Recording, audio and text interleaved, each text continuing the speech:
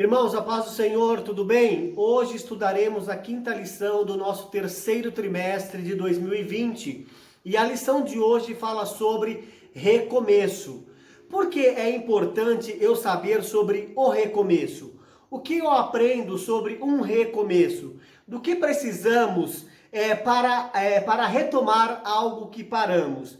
Então veja bem, hoje nós vamos estudar, continuaremos estudando e contextualizando nesse trimestre os princípios divinos em tempos de crise. Bem, deixe-me me apresentar. Nós estamos aqui representando a Escola Bíblica Dominical da Igreja Evangélica Assembleia de Deus, Ministério no Ipiranga. Nós estamos aqui em Itaquaquecetuba, São Paulo. O Ministério no Ipiranga, ele é presidido pelo pastor Alcides Fávaro e nós estamos aqui em Itaquá sob a supervisão do nosso pastor setorial, o pastor André Felipe.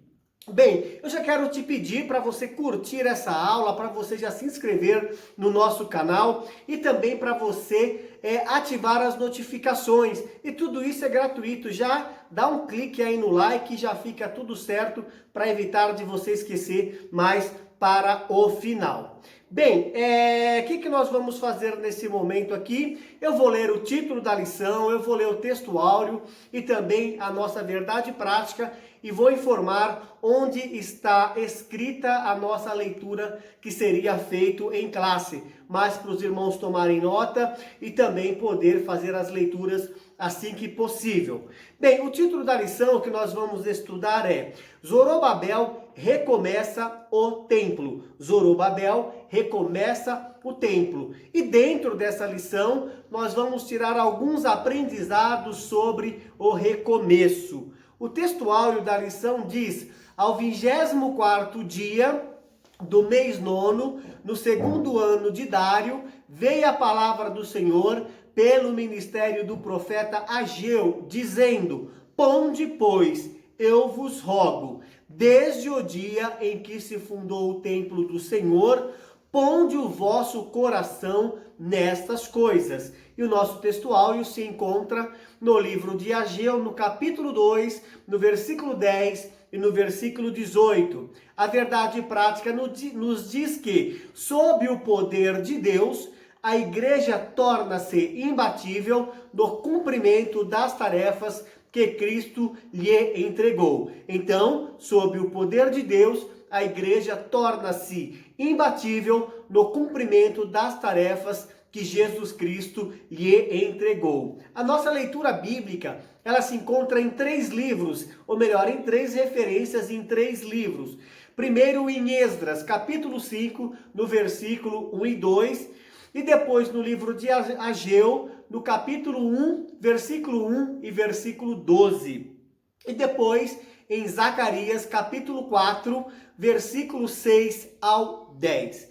Então, a introdução da nossa lição diz o seguinte: nesta lição estudaremos como Deus, depois de a construção do templo ter ficado parado por 15 anos, enviou socorro através do ministério de 2 profetas. Esses 2 profetas são o profeta Ageu e o profeta Zacarias.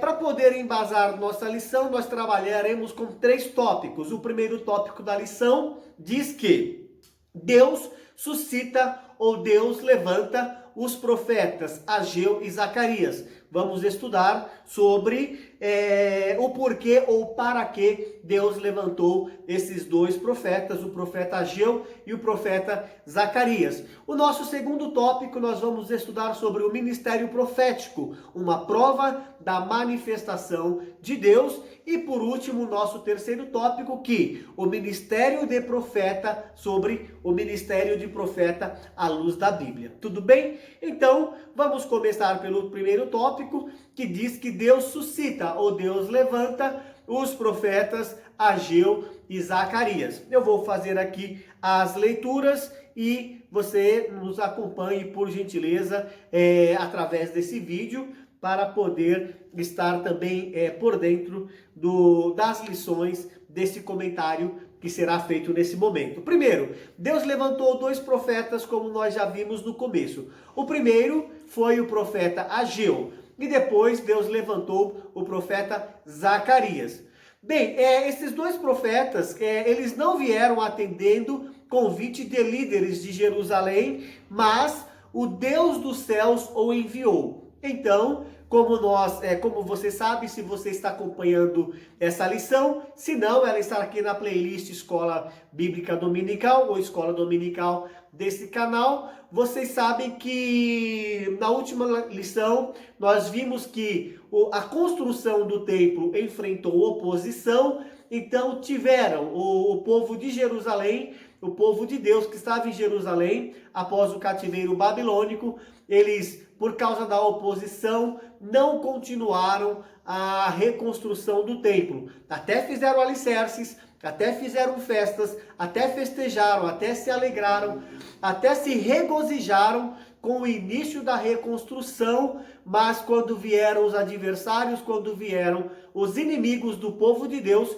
que ali em Jerusalém eram justamente os samaritanos e outros povos que estavam ali em Jerusalém, eles ficaram aterrorizados, eles ficaram amedrontados e cessaram então a construção, até mesmo porque foram ameaçados e não poderia continuar com a reconstrução do templo nesse momento. E por causa disso, a reconstrução do templo ficou então 15 anos parada. É onde nós entramos aqui, que Deus levanta então o profeta Ageu e o profeta Zacarias. Então eles vieram a Jerusalém, não a convite dos líderes de Jerusalém, mas Deus, o Deus do céu, os enviou a Jerusalém. Então eles chegaram de surpresa em Jerusalém e ali entraram em contato com os dois líderes e também com o povo judeu. Bem, então nós vimos aqui duas coisas interessantes. Deus enviou Ageu e Deus também enviou o profeta Zacarias como instrumento para poder incentivar, como instrumentos para poder inspirar, então, o povo e também os líderes, tanto político quanto Josué, o sumo sacerdote Josué, como líder espiritual. Então Deus envia ali aqueles dois profetas para poder inspirá-los, para poder motivá-los, entusiasmá-los, para poder reiniciar ou recomeçar a reconstrução do templo que eles tinham parado. E uma coisa que é interessante, que quando esses dois profetas chegaram em Jerusalém, eles foram procurar primeiramente os líderes, eles foram procurar primeiramente Josué e também Zorobabel. Então foram procurar a liderança política e também a liderança religiosa e também depois conversaram, entraram em contato com o povo que estava ali em Jerusalém, com o povo de Deus que estava ali em Jerusalém. Observações importantes, porque alguém que é enviado de Deus, ele não chega primeiramente alvoroçando o povo, ele não chega invertendo a ordem dos relacionamentos. Se Deus envia alguém a uma igreja, o primeiro contato que esse enviado, ou a quem ele deve primeiramente se reportar num rebanho, não é o rebanho propriamente dito, mas primeiramente a liderança, primeiramente a quem é responsável pelos membros, pela membresia da igreja. Então nós vimos que Zorobabel, ele era o líder político e Josué, o sumo sacerdote e líder espiritual do povo. Então, Zorobabel, como líder político, ele recebeu uma mensagem pessoal. E a leitura diz que o recado de Deus para Zorobabel foi: não por força e nem por violência, mas pelo meu espírito, diz o Senhor dos Exércitos. O que isso quer dizer quando Deus deu essa mensagem para Zorobabel como líder político? Nós sabemos que no Antigo Testamento, o líder político, ao mesmo tempo que ele exercia a liderança política, ele também tinha liderança, ou ele tinha sob o seu domínio o poder bélico, ele tinha sob o seu domínio o exército da nação ao qual ele liderava. Então, nós vimos na lição anterior que Zorobabel, ele até confiava nas suas próprias forças. Zorobabel, por ter o exército também sob as suas ordens, ele acreditava que como um líder político, ele poderia usar o poder da força para poder avançar a favor da reconstrução lá em Jerusalém. Só que ele se desmotivou, ele se sentiu desencorajado. E quando Deus manda agora o profeta Zacarias trazer uma mensagem para Zorobabel, Deus deixou, por intermédio do profeta Zacarias, muito claro que aquela obra não seria ou não retomaria a partir da força. Aquela obra não retomaria a reconstrução do Templo de Jerusalém, não seria retomada por violência, mas pelo Espírito de Deus. Então, quem estaria direcionando tanto a liderança política quanto a liderança espiritual para a reconstrução do templo era o Espírito de Deus, não a força bélica e nem a força política. Então aqui nós vimos a mensagem que o profeta Zacarias trouxe para Zorobabel, que era o líder político, então ali em Jerusalém. E também Josué, o sumo sacerdote, que era o líder espiritual do povo, ele também recebeu uma mensagem pessoal. Só lembrando que esse Josué não é Josué filho de Num. Lembrando que esse Josué não é o Josué sucessor de Moisés, que fez o povo entrar na terra de Canaã. Esse aqui é um outro Josué. Esse aqui é o Josué, o sumo sacerdote, que ele trabalhou, liderou o povo no aspecto espiritual, junto com Zorobabel, enquanto Zorobabel era o líder político e Josué ao seu lado, um líder espiritual. E Deus também enviou uma mensagem pessoal para o sumo sacerdote Josué. E a mensagem de Deus para ele foi uma mensagem de perdão e uma mensagem de restauração. Na lição anterior, nós também vimos que Josué, o sumo sacerdote Josué, ele se sentiu desencorajado por ele se encontrar, eu vou explicar esse ele já, por ele se encontrar em falhas diante de Deus. Então ali a Bíblia registra que o sumo sacerdote Josué estava com as suas vestes, ou estava com seus vestidos manchados. Na verdade, não se tratava, segundo alguns estudiosos, não se tratava do Josué propriamente dito, não se tratava da situação espiritual única e exclusiva desse sumo sacerdote. Na verdade, ele, como representante espiritual do povo, ele sentia que ele trazia para si que a falha, que a frieza espiritual, que o desânimo espiritual do povo, de certa forma também refletia nele. Então, por isso, alguns ensinadores justificam o sumo sacerdote estar espiritualmente diante de Deus com as suas vestes manchadas. Uma situação semelhante ao do profeta Isaías, que dizia a ele, Senhor, que habitava no meio de um povo de lábios impuros, e que ele também era um homem de impuros lábios, de impuro lábio. Por quê? Ele se colocava na mesma condição dos seus semelhantes quando ele teve uma visão que estava perante Deus.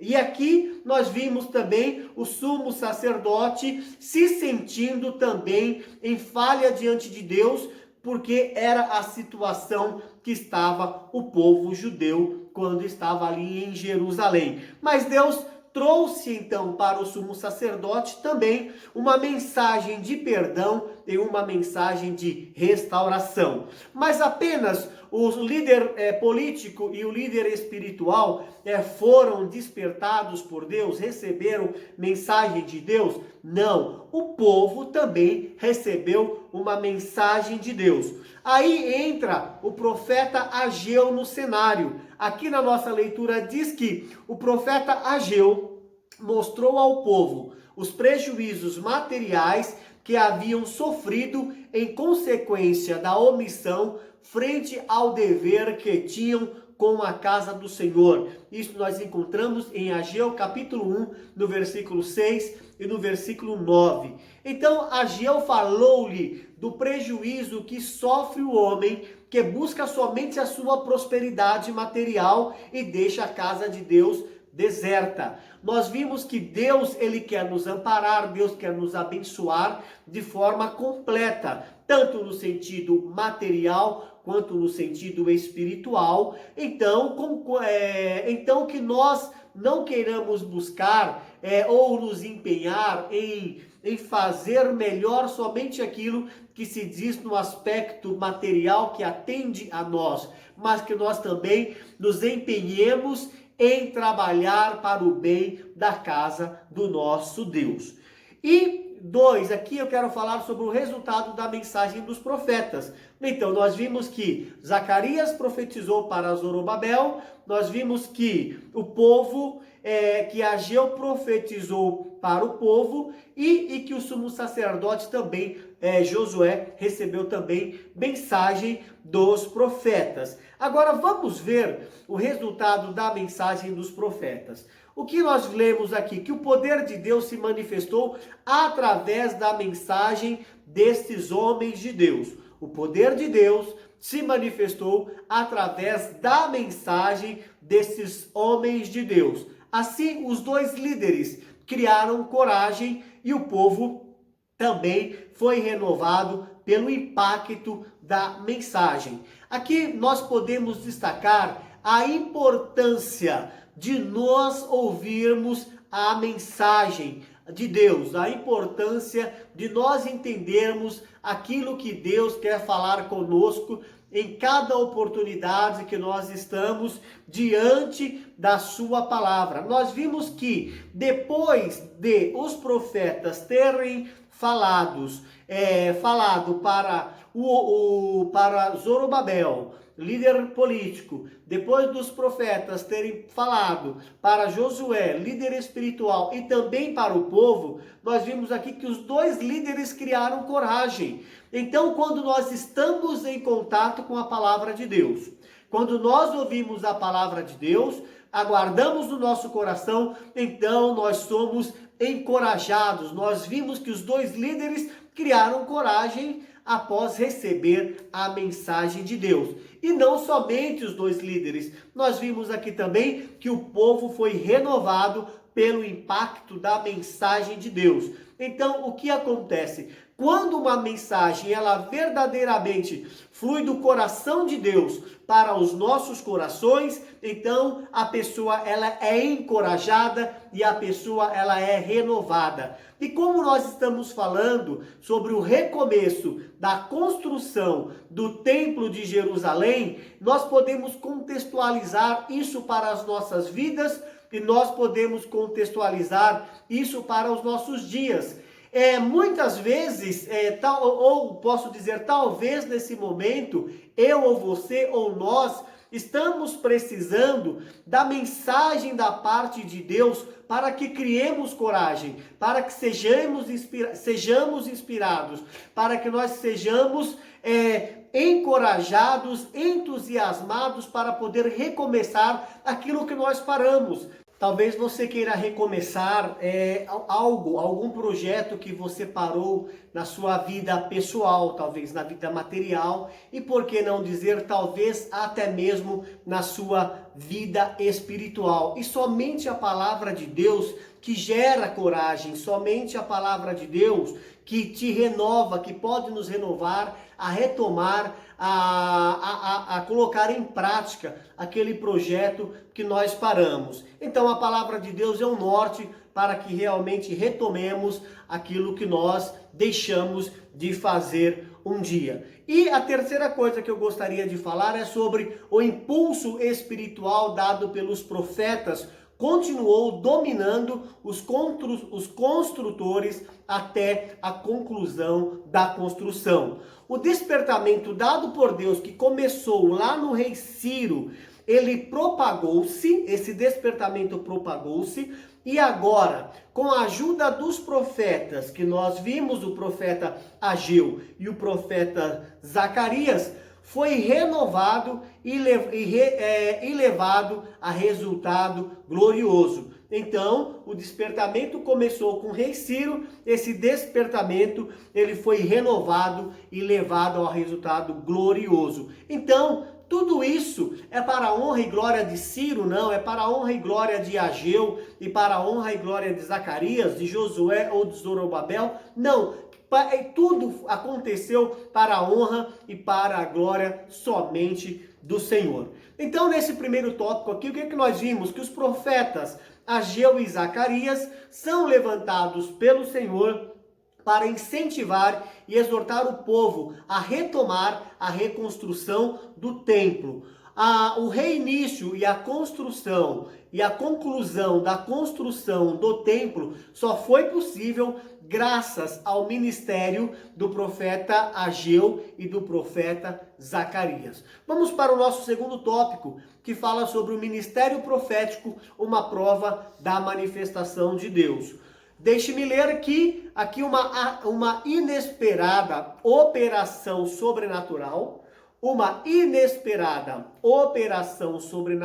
por parte de Deus solucionou o grave problema da reconstrução do templo. Como eu disse, o povo já estava há 15 anos acomodado, tinham se desanimado quanto à reconstrução do templo de Jerusalém, que havia sido demolido, que havia sido destruído após após a levada do povo ao cativeiro babilônico. Mas vamos ver aqui primeiro sobre a operação sobrenatural. Vamos falar sobre manifestações sobrenaturais no Antigo Testamento. Uma manifestação que nós vimos foi quando Deus usou Moisés, o grande líder que Deus levantou para libertar o povo da escravidão do Egito.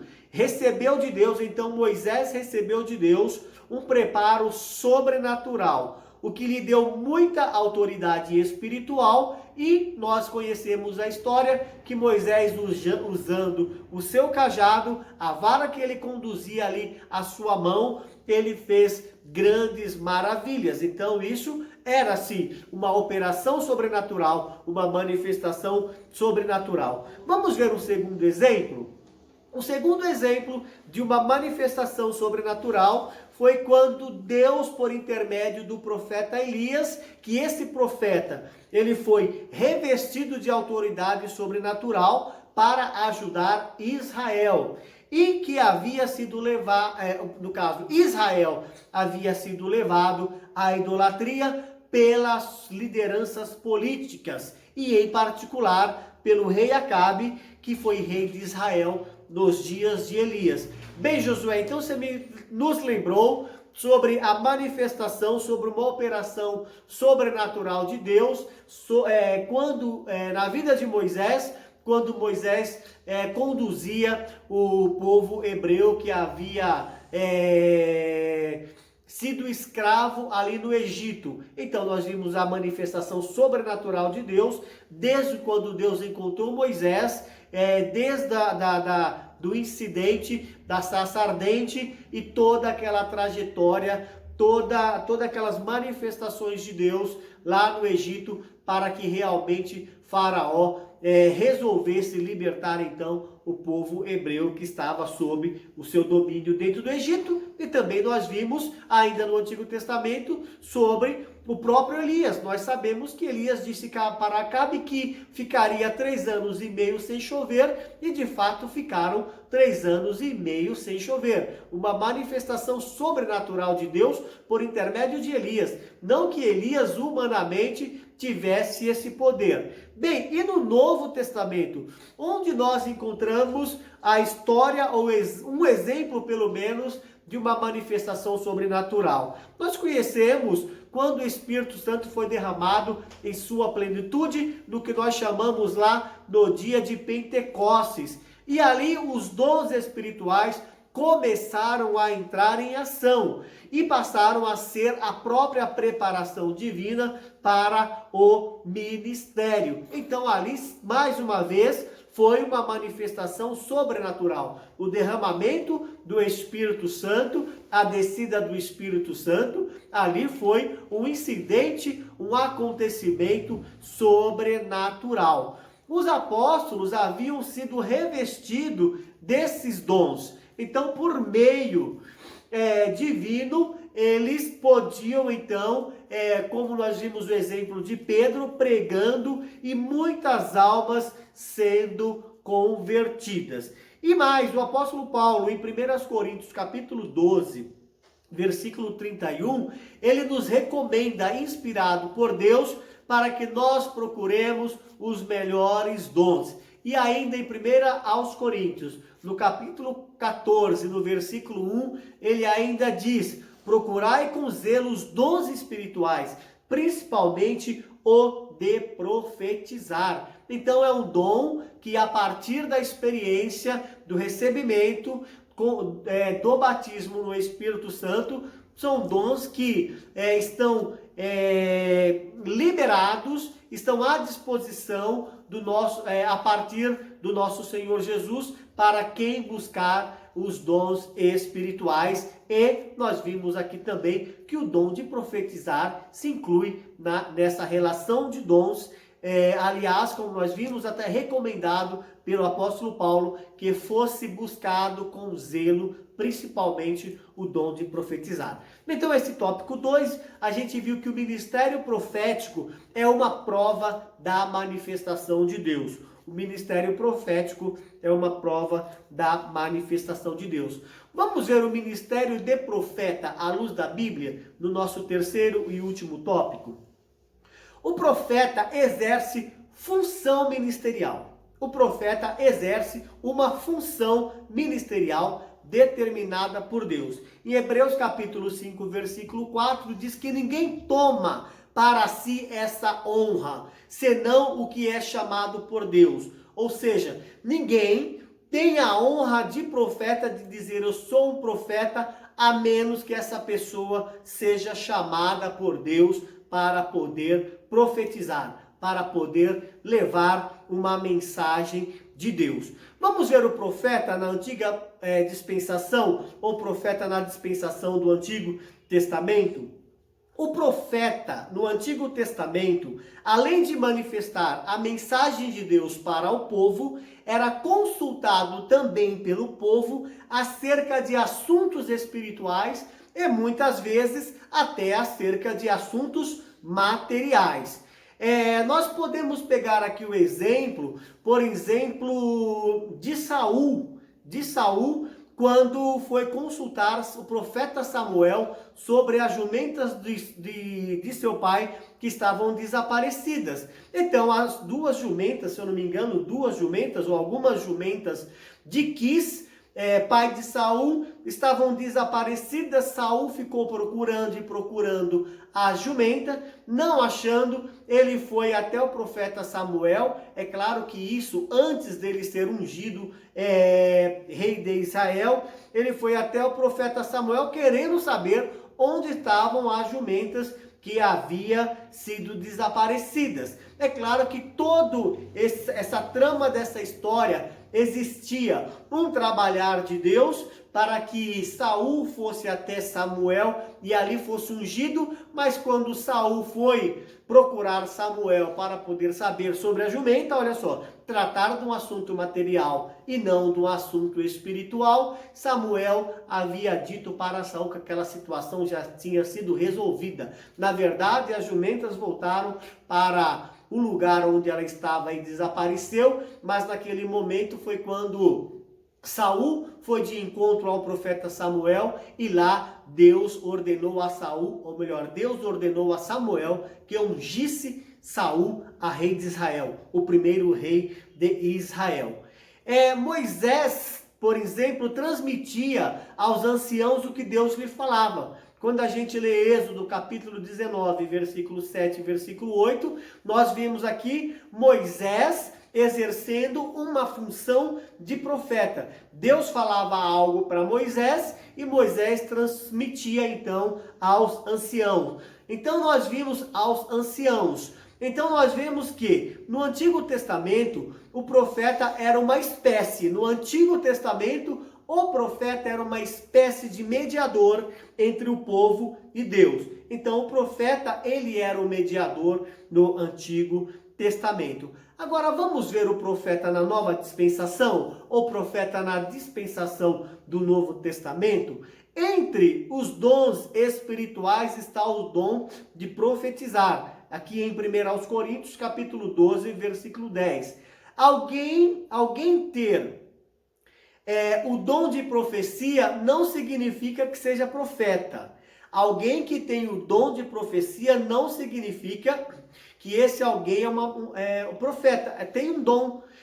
Porque o que acontece hoje no Antigo Testamento? Deus pode usar uma criança, um adolescente, um adulto para poder profetizar. Ele tem um dom de profecia, ele tem algo presenteado por Deus. Então, com esse dom, essa pessoa pode entregar uma profecia, mas não significa que essa pessoa é um profeta. Então, o termo profeta designa quem tem o ministério de profeta. Então, uma criança que entrega uma profecia, ela não tem um ministério de profeta, como nós vimos, por exemplo, o ministério do profeta, o ministério de profeta no Antigo Testamento. Um adolescente não exerce o ministério de profeta. No Novo Testamento, ninguém exerce o ministério de profeta como nós víamos no Antigo Testamento. Hoje, no Novo Testamento, tem-se o dom de profecia. Mas a pessoa que tem o dom de profecia não significa que essa pessoa seja profeta.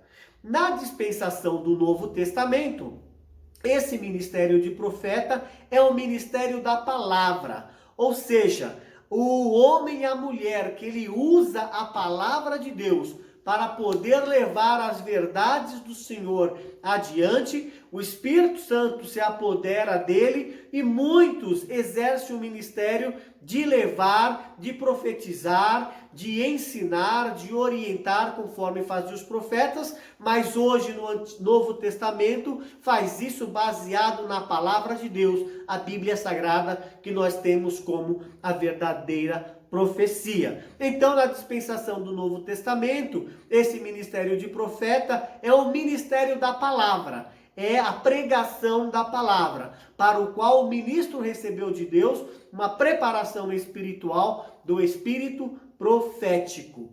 Existe uma diferença importante entre o ministério de profeta no Antigo Testamento e no Novo Testamento. No Antigo Testamento, os profetas eram consultados pelo povo e transmitia-lhes as respostas de Deus. Eu não disse quase há pouco tempo que os profetas exerciam quase um papel, ou exerciam um papel de intermediário entre o povo e Deus. Então é o que nós estamos vendo que no Antigo Testamento os profetas eram consultados pelo povo e transmitia-lhe a resposta de Deus.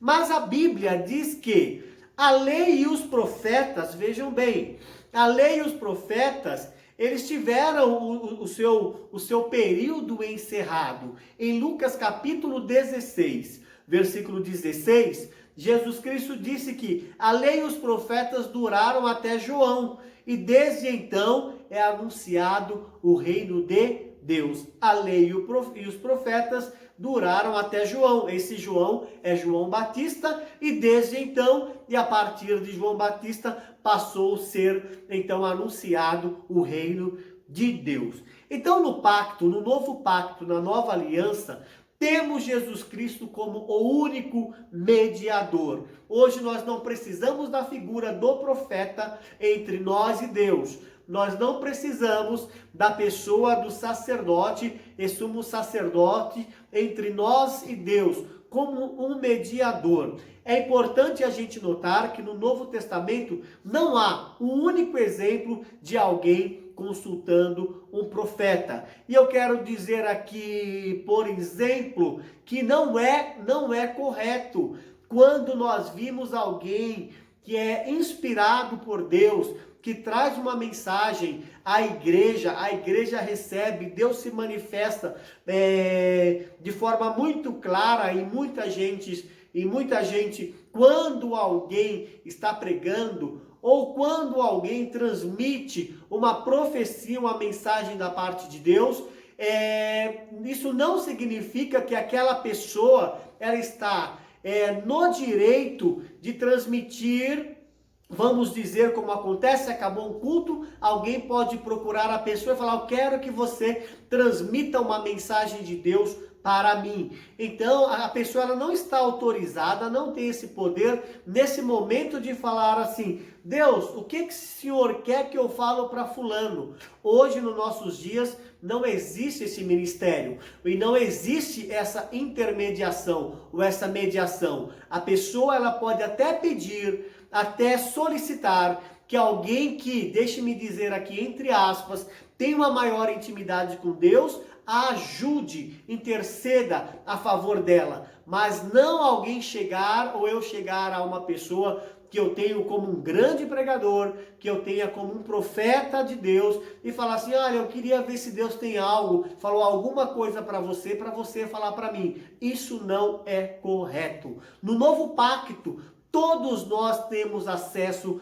a Deus por Jesus Cristo, ok? Então, esse nosso terceiro tópico, nós vimos que os profetas exercem uma função ministerial determinada pelo Todo-Poderoso. Vamos concluir essa aula?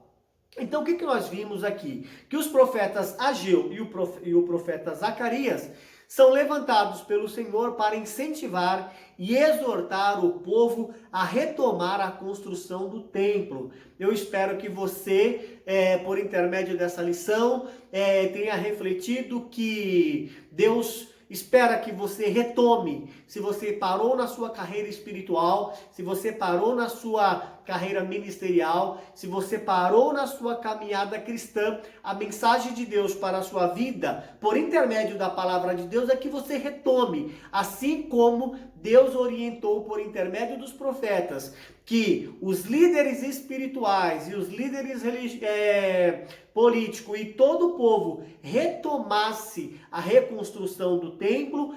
Nós trazemos como reflexão que é momento da gente recomeçar aquilo que nós paramos por causa de imposições, por causa de oposições ou por causa de algum tipo de dificuldade. Nós vimos que o reinício e conclusão da construção do templo só foi possível graças a Deus ao ministérios proféticos do profeta Ageu e do profeta Zacarias. Deus então usou da instrumentalidade daqueles dois profetas para que eles alertassem, para que eles despertassem o povo e a liderança para poder retomar a construção do templo. E que hoje essa palavra te desperte a retomar, a recomeçar aquilo que por algum desânimo ou que não houvesse necessidade você parou no passado e que você recomece hoje sob o Espírito, sobre a inspiração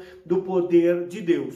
E nós vimos também que o ministério profético é uma prova da manifestação de Deus. E nós finalizamos dizendo que os profetas exercem uma função determinada pelo Todo-Poderoso. Quem fala algo tem que falar por parte de Deus. Quer falou no Antigo Testamento ou quem fala hoje tem que falar a partir da verdadeira profecia, que é a palavra do Senhor. Então essa lição ela traz como ponto central para a gente que os profetas de Deus, que os profetas que Deus levanta são necessários para a sua obra. Os profetas que Deus levanta são necessários para a sua obra. Vamos encerrar? Então, nós chegamos ao final da nossa quinta lição desse terceiro trimestre de 2020. Eu quero te parabenizar se você conseguiu, se foi possível você acompanhar o comentário desta aula até esse presente momento. Na próxima lição, nós estudaremos que Neemias reconstrói os muros de Jerusalém. Bem, na nossa lição, hoje nós estamos na lição de número 5. Na lição de número 2, ou melhor, na lição de número 3, nós vimos uma reconstrução do altar, né? Hoje nós estamos vendo sobre a reconstrução do templo. E na próxima lição nós vamos ver sobre a reconstrução do muro. Altar, templo e muros que representam proteção, que representam segurança. Então nós veremos na próxima lição. Agora, você gostou do comentário dessa lição? Me responda com uma frase. Vai aí no comentário e responda: gostei do comentário. E assim eu vou saber se você concluiu ou quem concluiu ou participou do estudo dessa aula por completo. Então vai aí nos comentários e coloca: gostei do comentário. Agora, se você gostou, me faz um favor. Se inscreva no canal, curta aí a nossa aula, ative as notificações, compartilhe essa aula e clique aí no sininho para você ser avisado em cada aula que a gente postar aqui no canal. Tudo bem? Então nós encerramos por aqui. Muito obrigado. Que Deus continue abençoando a sua vida, que Deus continue abençoando a vida da sua família e nós nos veremos, nos encontraremos na próxima aula.